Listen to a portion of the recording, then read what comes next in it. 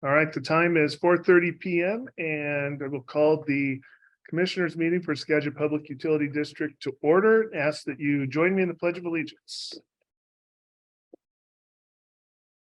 I Pledge allegiance to the flag of the United States of America, and to the republic for which it stands, one nation, under God, indivisible, with liberty and justice for all.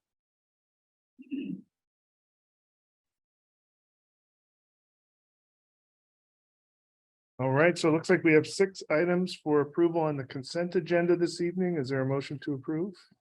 So moved. We have a motion. All in favor signify by saying aye. Aye. Opposed? All right, consent agenda has passed. And so at this time, we are going to move right on to our presentation from the Dike Districts and Skagit County regarding Seattle City Light FERC relicensing presentation. So it looks like Daryl is leading it off here. Commissioners, thanks for having us here today. My name is Daryl Hamburg. I am the chairman of the board of the Dike District Partnership, which is the 5 Dike districts that manage the lower delta of the Skagit. We're here today to talk about flood risk management and how it's encompassed into the FERC relicensing of the Ross project, specifically Seattle City Light. They're going into a 50-year relicense right now. I'm going to start out with what Jenna calls Daryl's fun facts, but I don't know how fun they are. So the Skagit River, you didn't know, is the 3rd largest river on the West Coast. It is 3rd only to the Sacramento and the Columbia. Of the 3 rivers, the Skagit's the only one that has a wild scenic destination. In other words, it has the Sauk and the Cascade rivers, which have uncontrolled flows, no dams, no restrictions. They're at their natural state. The Corps of Engineers estimates 100-year flood event in the Skagit Delta to be somewhere around 220,000 cubic feet per second. To put that in perspective, the Green River 100-year flood is just under 20,000 cubic feet per second. And if the Green River busted through with a 100-year flood, it would be in the $40 to $60 billion range in damages. The major population and infrastructure in the Skagit floodplain include Burlington, Mount Vernon, Cedar-Woolley, LaConner, Hamilton, Lyman. Critical infrastructure such as fire, public works, police, hospitals, the Anacortes Water Treatment Plant, I-5, Highway 9, Highway 20, Highway 536, and Highway 11. Puget Sound Energy's major transfer stations in this very building.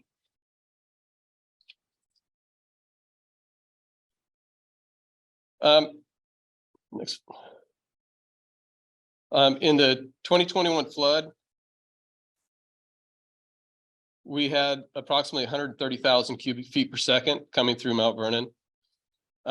As water people, I'm guessing you understand gallons more than cubic feet per second. That is approximately 1 million gallon jugs per second going by at any given time,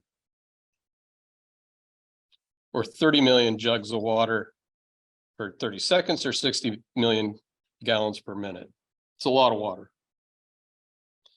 Seattle City Light at that time had approximately 170,000 acre feet of storage in the Ross facility. Under the current license, during that flood event, they're only regulated by law to have 60,000. That gave them extra 110,000 acre feet of storage. Diablo and the Gorge dams are what they call pass-through dams. So they don't have any storage. All the storage on the Skagit system is in the Ross dam system. Neither one of the other 2 dams have any storage. The inflow of record This flood event was an inflow of record at the Baker and the Skagit Ross system. The inflows into Ross were 67,000 cubic feet per second. And with that extra storage, they only had an outflow of 5,000 cubic feet per second at the peak. If they would have had the storage, the minimum requirement of storage under the water control manual of the Corps of Engineers, we would have saw approximately an extra 8 feet of water coming into the Skagit Delta. There was at peak flow at the Riverside Bridge, the river hit 37.3 feet. Our levees are 41 feet at that point. Put an extra 8 feet on that, the levees would overtop by over 4.5 feet of water. We would have more than likely overtopped the Mount Vernon flood wall. We would have cut off routes to hospitals and impacted all critical infrastructure, including water facilities. So this next graph shows the amount, the blue line shows the amount of water that was coming into the Baker system during the 2021 flood. The black line is the amount of water that was released out of the system, because so you can see how much water they held back, and they were able to hold back because of the extra storage that they had. Now, I want to mind you that this storage that they had was not mandated storage. It was storage that was part of their operations. And Jenna will get into that further as she gets into the technical part. At that point, I'm going to turn it over to Jenna, and she's going to talk more about, oh, wait a minute, I got one more slide. Sorry about that.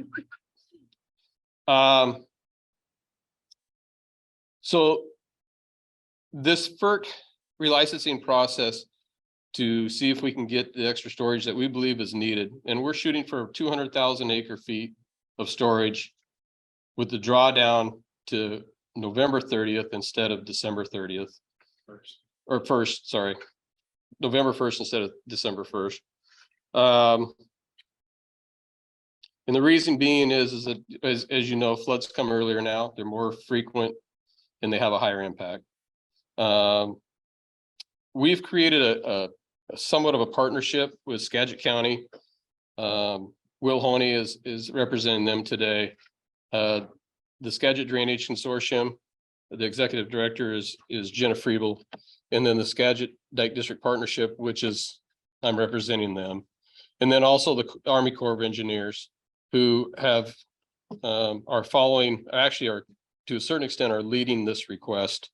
This request that we are putting out was pretty much a group effort on where do we want it to be in order to maximize flood risk management in the Ross Reservoir for the Skagit Delta. The most effective way for flood risk reduction to our downstream communities is storage. It's the most cost effective, it's the most functional, and it's just a matter of changing paperwork. I mean, it's not quite that simple, but that if you want to get down to it, versus building levees, which is the Corps of Engineers did their GI study, which is their general investigation study on the Skagit Delta about 10 years ago.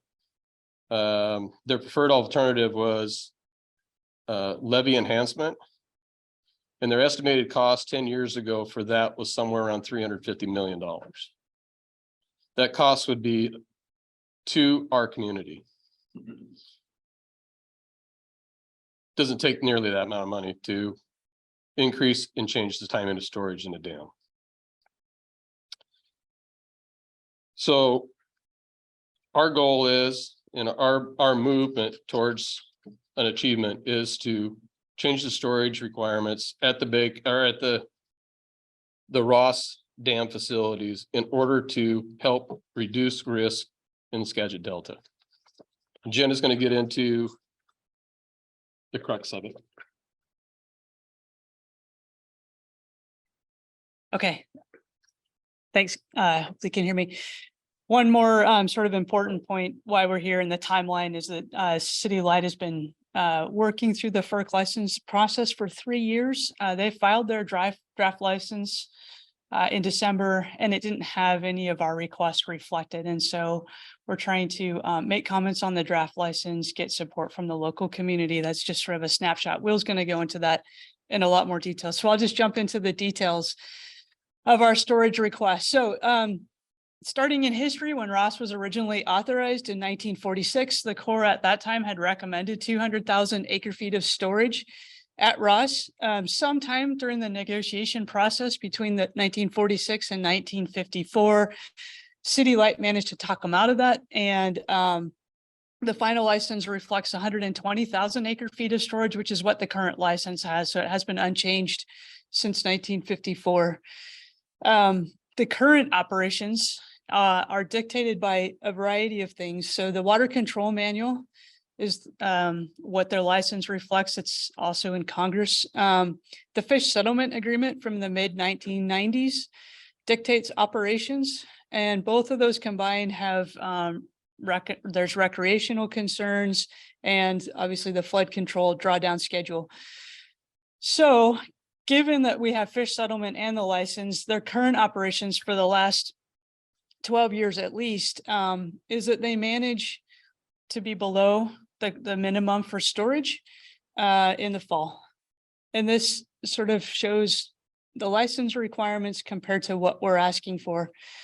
So more storage is the key. We know that floods are going to get bigger in the future. We also know that flood storage is kind of critical to making our levee systems work as holistically and reduce risk.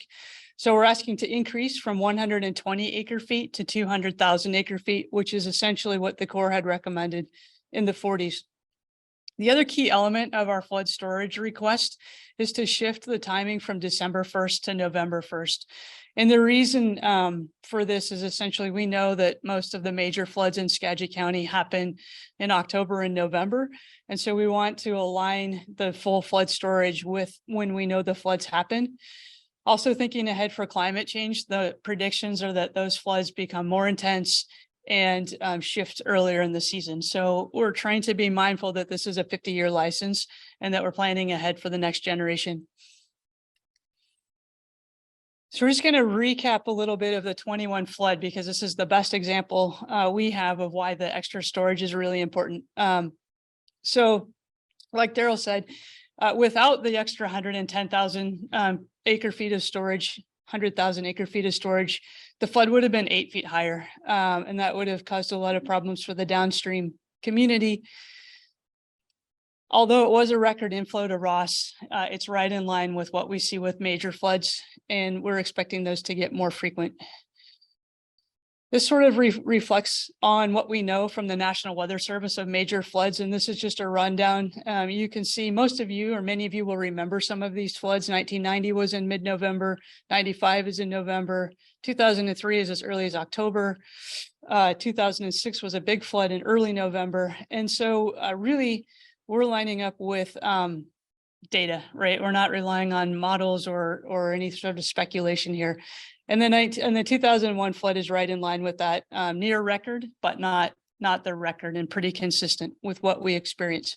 We know the levees can manage that size of a flood as long as we have the storage available. So this is just a schematic of how Ross works. And so you'll see this is sort of probable max flood. This is predicted by the Army Corps of Engineers. This is normal full pool. So this is where they manage Ross in the summer for recreational purposes. And then you'll see this line. This is a composite of 2008 to current of their average fall operations. And visually, this is an example of how they draw down pretty low in the fall. So if they were to follow the water control manual, you'd have the water surface elevation on Ross up here. These are the milestones for flood drawdown. And so this difference between what the water control manual would dictate and what they actually do is the extra storage that we're talking about. Makes sense? This is our proposal overlay. And so you'll see we're kind of starting at the same spot, but now we have lower targets. And the reason for this is that if for some reason Seattle City Light wanted to change their operations for whatever reason, power production or other obligations, under the current license, they'd be free to do that and we would lose the storage. Our proposal would make it a change to the license and ultimately a change in the water control manual that would mandate this more aggressive drawdown schedule. And you can see it's pretty consistent with what they're doing now. They're in business producing energy and meeting all of their obligations under the fish settlement protocols. And so we believe that this is consistent with other licensed participants and meets the needs of long-term flood risk reduction. And this is just the final superimposes what the 21 flood looked like. So this was a record inflow to Ross. And so you can see here, this is the water higher than average operations. If you remember that year, we had a really wet fall, and then you'll see the flood come in.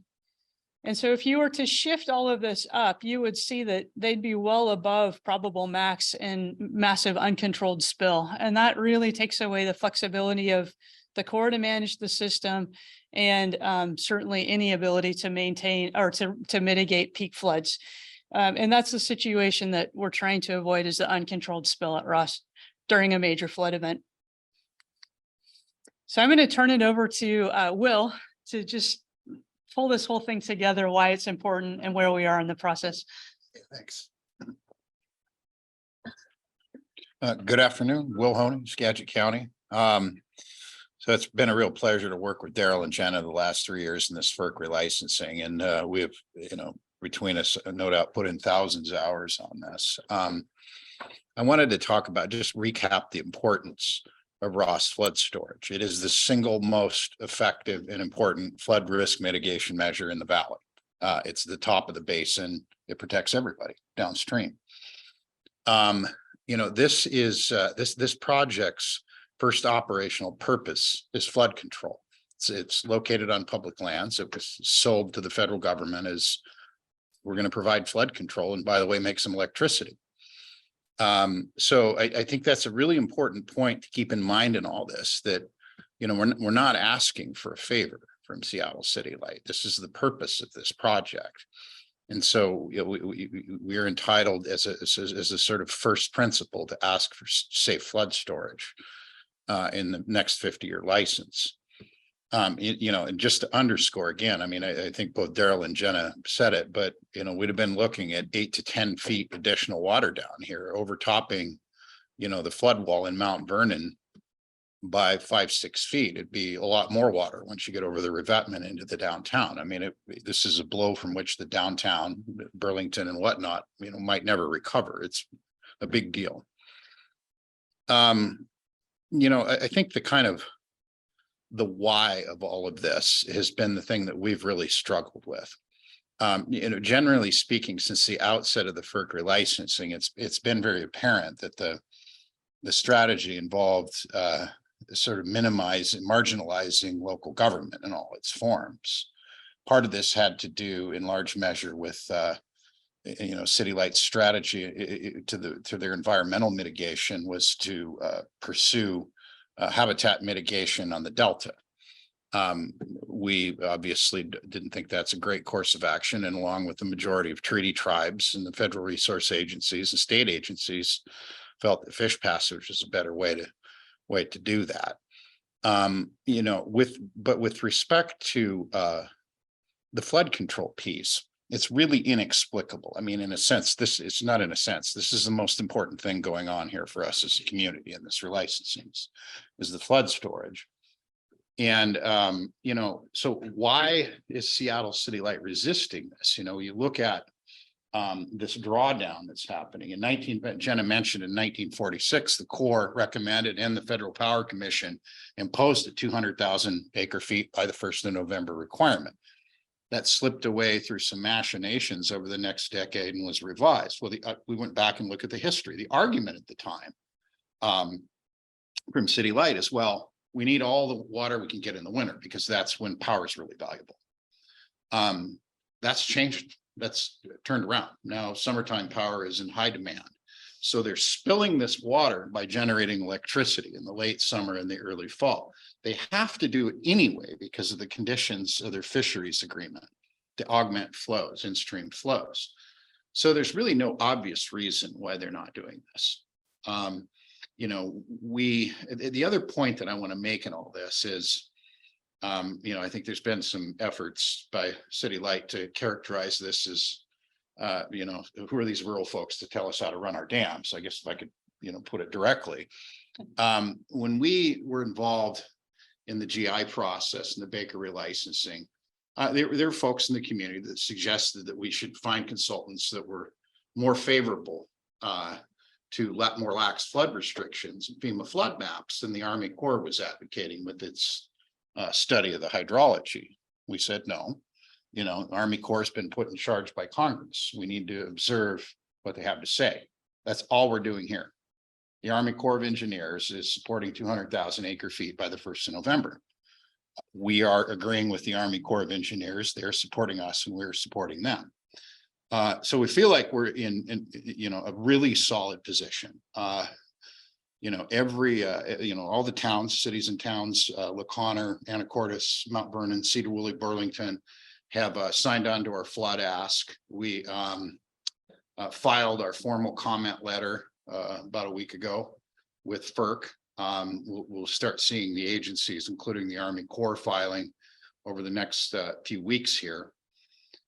You know, we think that to a significant degree, there's a real political component to it, the science, the law, the technical piece of this, you know, the moral obligation, more or less all of it's on our side. They're just not moving off their position.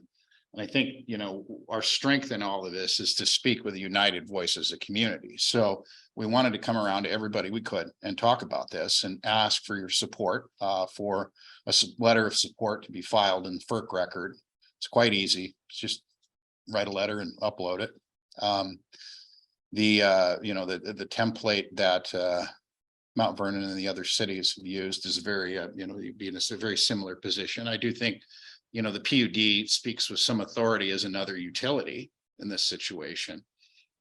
You know, you're not in the position of Anacortes where your treatment plant's at direct risk in the floodplain, but obviously all the people and the businesses and the first responders, everything that you serve are. So I guess I'd leave it at that and we can take questions. If anybody has any. Well, how is it that, in my experience, stiff arming the Corps of Engineers is generally not the most preferred. How is it they're getting, I mean, I appreciate that there are Emerald City overlords think that they can just tell us what to do, but the Army Corps of Engineers is not like. Yeah, we could go on about this, but you know, the Federal Power Act governs this, and it's a unique deal in law. FERC is to an extent kind of like a hearing examiner, but agencies within specific functional areas have what's called mandatory conditioning authority. For example, the National Marine Fisheries Service, Section 18 of the Federal Power Act, they can just say, okay, here's what you're going to do for fish passage, right in the license condition. It's then the applicant's job to, if they want to get out of that, fight their way out of it. There's a lot of authority for the federal agencies, and it's not unitary. FERC is not a, you know, the emperor of this. Their power is distributed, you might say. The Army Corps doesn't have mandatory conditioning authority interested under this regime. However, you know, we feel like this is something that FERC should impose in the license. It's you know, we don't see that it's costing them economically. It's consistent with tribal interests in augmented fish flows. By the way, we've been coordinating, you know, Jen has at a technical level been coordinating with the Upper Skagit Indian tribe. They're looking for fish passage, which is, by the way, something we support. So, you know, there really is not a lot of daylight for the most part between us and the agencies and the tribes. It's, you know, it may well be the sort of thing that FERC has to impose this, you know, but we have to also be ready as a community to intervene if we don't get our needs met in this situation. We've got really good consultants. The partnership has retained Joellen Darcy, former Assistant Secretary of Defense for Civil Works, so that former civilian head of the Army Corps under Obama. Van Ness Feldman, a really good law firm down in Seattle that's handled this kind of FERC stuff, as well as a bunch of other things. Really good technical consultants to, you know, justify what we're asking for from a hydrology perspective. And again, you know, the all of the science and the law and the technical pieces on our side. It's ultimately, you know, what is a really important piece in all this is that our community be united in asking for the same thing. And you know, that's really, I think, what the PUD can bring to the table is to be part of that. We may end up having to, you know, if we proceed into intervention and it comes to it, hopefully it won't. It'll be because it'll be expensive. We may have to all talk as a community about how we pay for this effort. And we're not here to ask for money, just to be clear. You know, but the goal is to make the case politically that this is the right thing, supported on all four corners, and Seattle should just get with the program.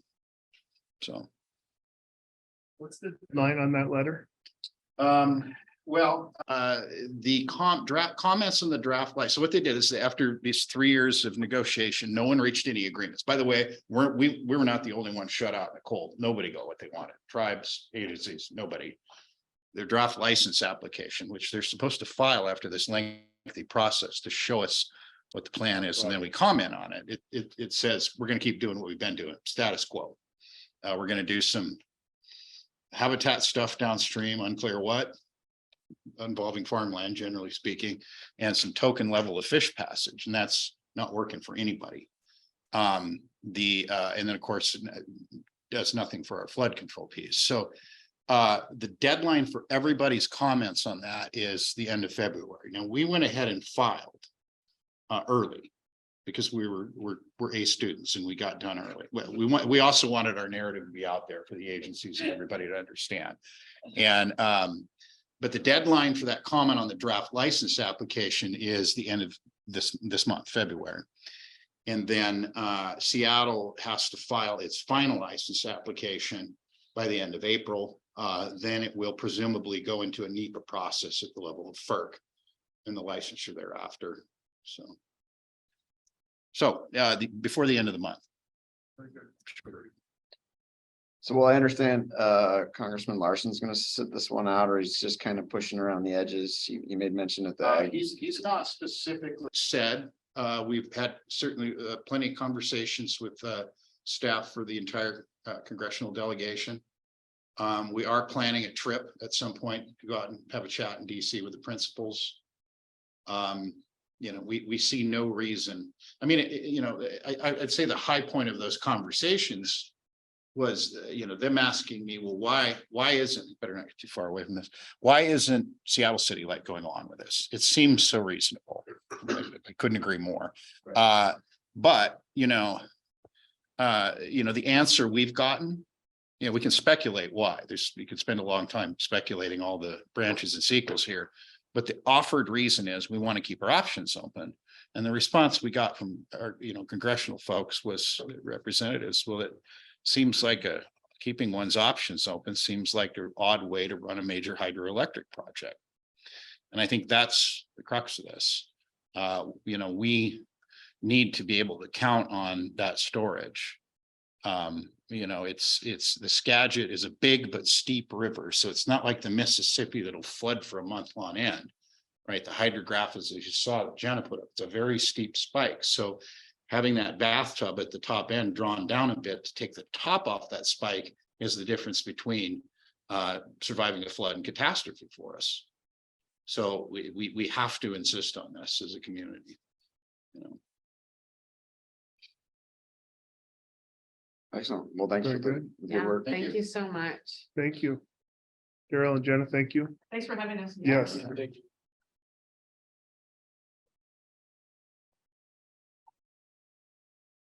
Would you guys maybe send Kevin a copy of the draft letter from Mount Vernon, and Yeah. that would be great. Yeah, and then maybe we can look at, to have a discussion at the next meeting about signing on to it. Yeah, that would be great. So if you'd like, Will can give you the register, how to get to the federal register, so you can review our actual applicant, Oh, that would be great. our comments. And then there's also 60 pages or better of technical support to those comments. I could just email it. Yeah, and you know, just so you guys understand, this isn't something we just came up with a number and threw it out there, right? Yeah. There's a lot of technical information that goes behind this. And we've been working on this for 3 years with basically the best quality people we can get. And we put out a good product. And this product is supported by the core. And that's a big thing. When the federal government says, yeah, we agree with your product. Or actually, we have done the same thing and we concur with your product. It's huge value. And so we're standing on really solid ground. And that's why it's so important that as a community, we stand up and we say, this is what we need. This is what we want. And oh, by the way, you're not a private for profit utility. You're a public utility and you need to support the public.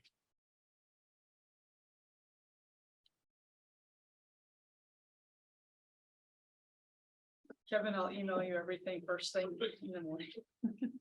Great, thank All right, you, guys. thank you. You don't have to stick around for the rest of the I Want her- mean, feel free, but.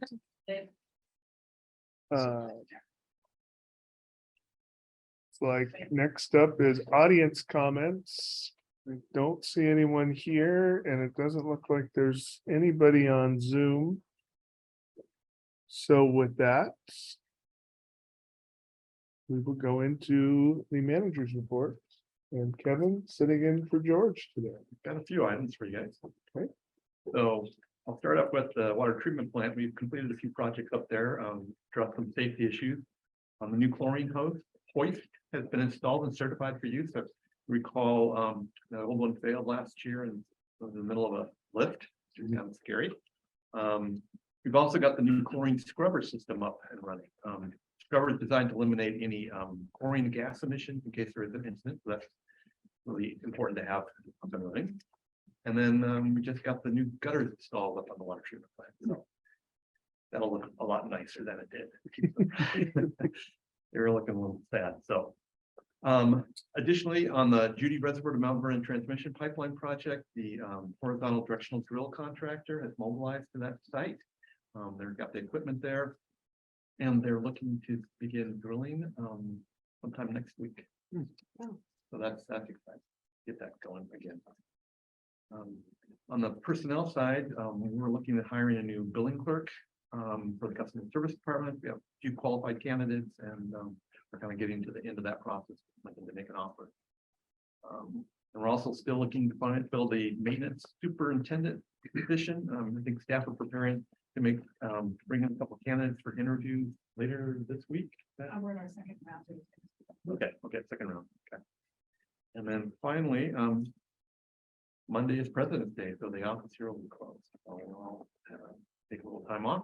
And that's what I have for manager's report. Questions? Yeah, would you, I mean, if there's a specific date on wanting to come and watch any of the directional drilling or Okay, if that could be an option, I'd love to see some of the process for. sure. Yeah. And then we had a tour last year and Yes. yep, out in the rain and everything. It was a little muddy out there, but yeah, we can get you out there. Sure. That'd be great. Okay. And with that, that's it. I guess we have Alistair up for And Alistair's up now. bringing back. Good evening, commissioners. I think we've got running better on. Just under 5 minutes today. So Well, take a little bit longer because I'm sure I have some training that I need to get caught up on later. oh, wow, thank you very much. So today. Are we? There we go. So today's going to serve as, and this is taken off in my 5 minutes. Can we get started? It's going to use today's update to serve as kind of the year end of since this is the first time of the new year that we're meeting, just a recap of things IT did last year. So personnel moves at the very beginning. We saw Luis get promoted from desktop support tech to server administrator. We've been real happy with a lot of the work that he's done as a server admin, and we'll kind of get into that with the year-end accomplishments. With that, we had a position vacant and we were fortunate enough to get it filled by Nick Semrau. Thank you, Nick. He will be here. March 1 will be a full year completed, and it seems like he's been with us a lot longer. So we really appreciate his efforts. I wanted to kind of give a review. Last year, we talked about tickets. And so just to give you kind of an overall aspect of all the daily operational work that gets done around here. So total, we had about 1,200 tickets come through. And those tickets are submitted either via email to us or as requests come in, we'll independently add those tickets into our system. A breakdown for each individual. Vivian had the most. Ben came in second, Nick third, Luis fourth, and actually I only had 13. I'm striving to make it less for next year. We'll see how good that goes. And then just kind of a overall breakdown. The most tickets we see by category. Application support, we had 400. Next up was desktop support at 263. Security tickets at 200. Then we had others that we weren't able to classify or categorize at 113. Networking comms were at 100. SCADA at 17, and general administrative support at 17. And then just kind of a overall some of the notable achievements we did last year. In the cybersecurity front, in May, we participated, the PUD participated in a tabletop exercise with the Cybersecurity and Infrastructure Security Agency. Essentially, we ran two scenarios of ransomware that took place, one from operational, from the SCADA side of things, and one from the business side of things. And I think, I'm not entirely sure if there were any other PUDs that were involved, but we had the Department of Health, Ecology, somebody from the FBI was represented, as well as our state, some other state partners, the auditor's office, things like that were participated. Mike Fox, myself, and Ryan Anderson participated in the actual building up of the exercise. So we were actually there from the very beginning. So not only did we participate, we helped with the planning and execution of it. The MFA, the multi-factor authentication, we have been implementing Duo. Last year, we saw a significant increase. Everybody who logs into their desktops now, they have to multi-factor authenticate. We also added the ability when you log into the VPN, you have to actually submit a two-factor authentication. And if you were logging into the Microsoft portal, say if you were away from the office and you just went into the website, you'd have to authenticate that way. So we've extended our range to try and make sure that people proved that they are who they are as they're logging into our systems. From an infrastructure standpoint, again, we put in a new storage array for our VM infrastructure. We essentially went from about 100 terabytes of space, and we increased that to about 200 terabytes of space for our storage. The server upgrades, Luis took about 20 of our older servers that were running like 2008, server 2012, and we upgraded those to where we're sitting at 2019, which is more stable, the latest version. 2008 is getting to be a place where it's unsupported. So one of the things we've tasked him with is getting as many of our servers upgraded as soon as possible. Right now, we're sitting with 5 servers that are kind of in an older state, and they're the most significant ones. A lot of our file servers are still sitting on 2008. We intend on getting those upgraded this year. From an application standpoint, we did a major upgrade to North Star. We do that about every 2 years. So we went from a version 6.4 to 6.9.9. And then Vivian was also instrumental in working with a courts team to integrate North Star with CityWorks. So when the CSRs get requests in, they're able to just implement the request via North Star, and it automatically moves over into the CityWorks that generates the work request for the crews to go out and fulfill them. That's it. Got to check what time you Yeah. started. Well, I wanted to be thorough as well. Good. Very good. Very good. Thank you. Alistair. Thank you.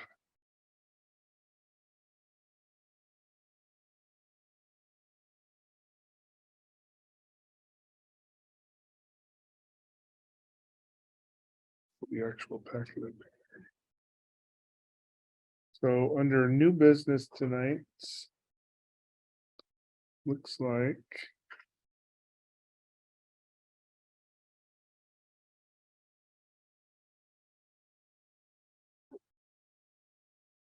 Mark, is that you?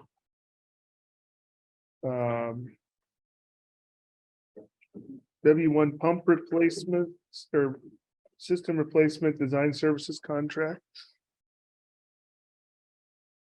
Thank you. Is this on? Great. So I don't know if this memo clearly explains what we're trying to achieve up here and a little bit of the history on this project. We originally started examining the panorama pressure zone. And our original intention was to build a storage reservoir and a modest pump station that would pump water to feed that reservoir. The pumps would be located in the existing raw water pump station where the old, what are now the old raw water pumps are, the W1 pumps. And well, and we had it in 2022, we started off with a budget of $5 million for the Panorama project. The last revision to the 2022 budget brought that up to $6 million. Then as we were going through the 2023 budget, and because of inflation and a little material change in our project, the estimated budget was 10 million. At that point, we thought, this doesn't make sense. We can buy some pumps and pump this system for a lot cheaper, and that will satisfy the need that we have there. So in the 2023 budget, we put forward a project that is titled Backwash Pump Replacement / Portable Generator Replacement. That's actually supposed to be W1 pump replacement and generator. Combined in that budget has $5 million in it. 1 million in 2023, 4 million in 2024. Both the generator project and the W1 pump system are intended to come out of that cumulative total $5 million. I hope that makes sense. So there's just a little bit of legacy budgeting and project titles here that kind of got rolled together, and we need to clean that up. So the intent here is also to do some of that cleanup and revise the title so that it's clear that it's not the backwash pump replacement, but it is the water treatment plant generator and W1 pump system upgrade. Contract is for design services. This is for design services, yeah, for just the pump upgrade and the to resolve some hammering issues at the raw water pump station. We also have we've also selected RH2. I need to be clear on this. We selected RH2 for the generator contract. We have not negotiated a contract and we have not brought that to the commission as of yet. So that will be coming forward as well. Coming later. That's gonna be next. Yeah. And the $1 million is design on both of those.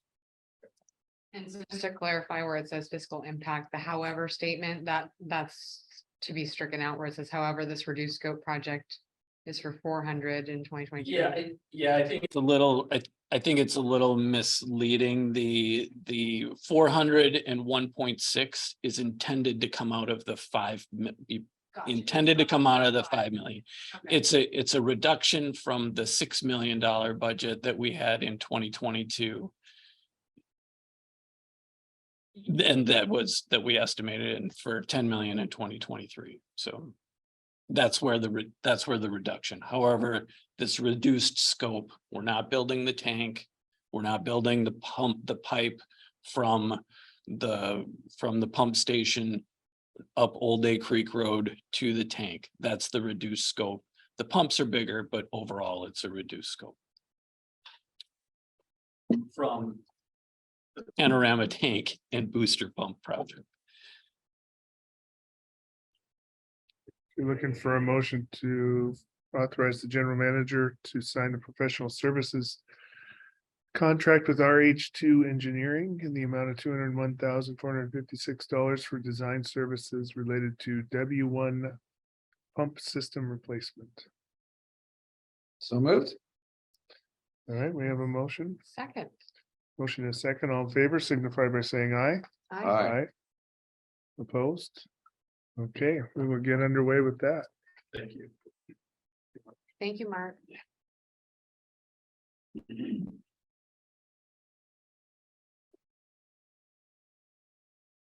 So Brian, looks like we are on to the annual report of delinquent LUD assessments. Thank you very much. And this will be way under 5 minutes unless you have lots of questions. So each year, I come and make a report to the board on the status of the LUD assessments and those that are in arrears. And we'll go through those, but a little background information.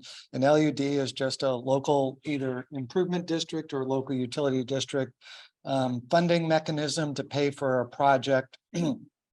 You draw around an area, a zone around the area that will benefit from the project. And then those customers are, we front the money using a bond or a loan, and then we build the project. And then those people that benefit from it have an assessment, and it's usually 20-year assessment, and they pay us back over a long period of time. So it's a funding mechanism in the RCWs that we have taken advantage of.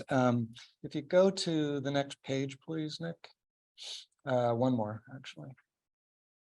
Oh, can you do the hyperlink? Sorry. All right. And that's really small, but hopefully you can have yours up on the screen. So just going through this, we have 9 current LUDs. And they go in length through 2024 or all the way up to 2036. So they're long-term funding mechanisms. You can see just going left to right, we had 1,057 parcels that were in the original assessments. There's only 119 parcels remaining now.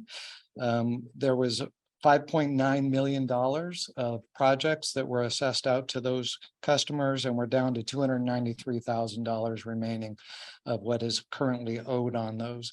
And then if you continue over to the right, you see that 10 of them were paid off during the year. And this usually happens by a sale. The land is sold.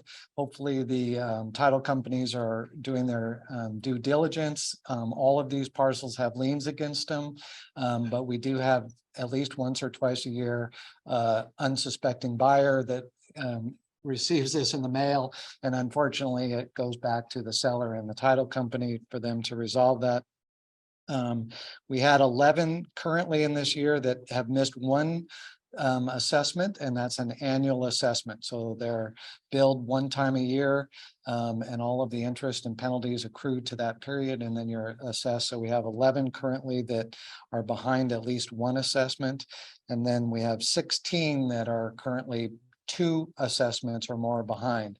And so you can see the breakdown by the LUDs. Most of them have just 1 or 2 people that haven't paid, and they continue to not pay.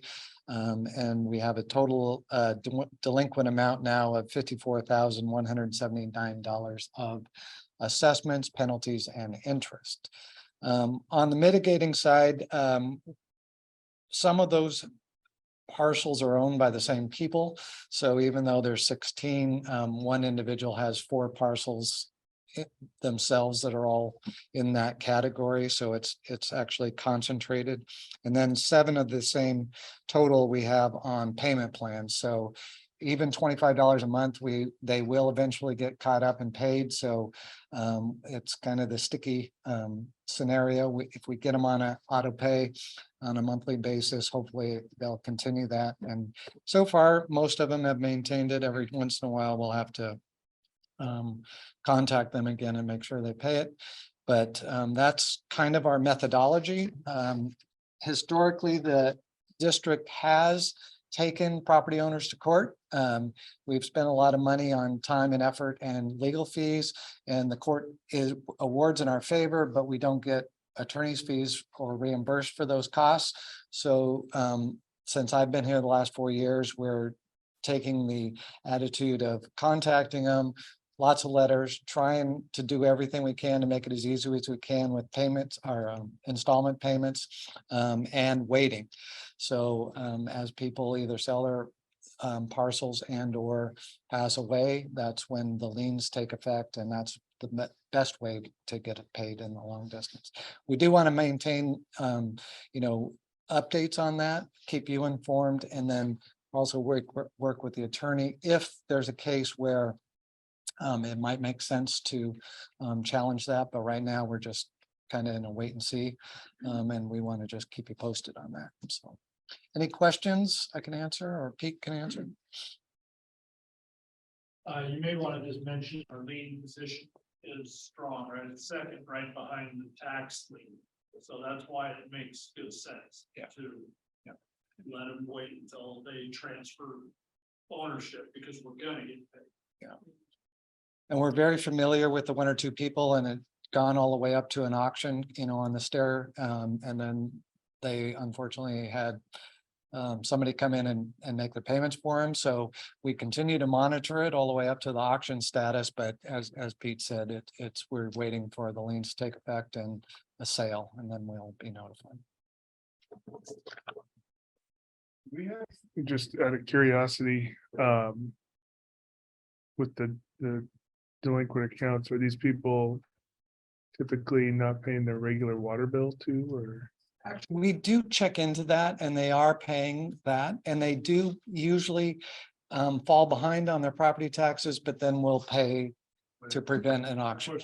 It's always a waiting game, and they push it all the way out, just like when we're in the moratorium, and push it all the way out to the end, and then right before you get turned off or right before taxes, then they'll pay again. So it's a little bit of a game there. The action is really just that if we were to pursue them, it's a March 1st deadline. We're not going to take any legal actions at this point, but it's to keep the commissioners up to date. And then if we had to take action, it's kind of given us permission, but you're up to date and consenting with our methodology, which is to offer payment plans really at this point. So you'd be looking for a motion to authorize you to pursue collections on delinquent LUD assessments? Continue as we have. I motion that we continue as business as usual as we collect and pursue payment plans and. Second.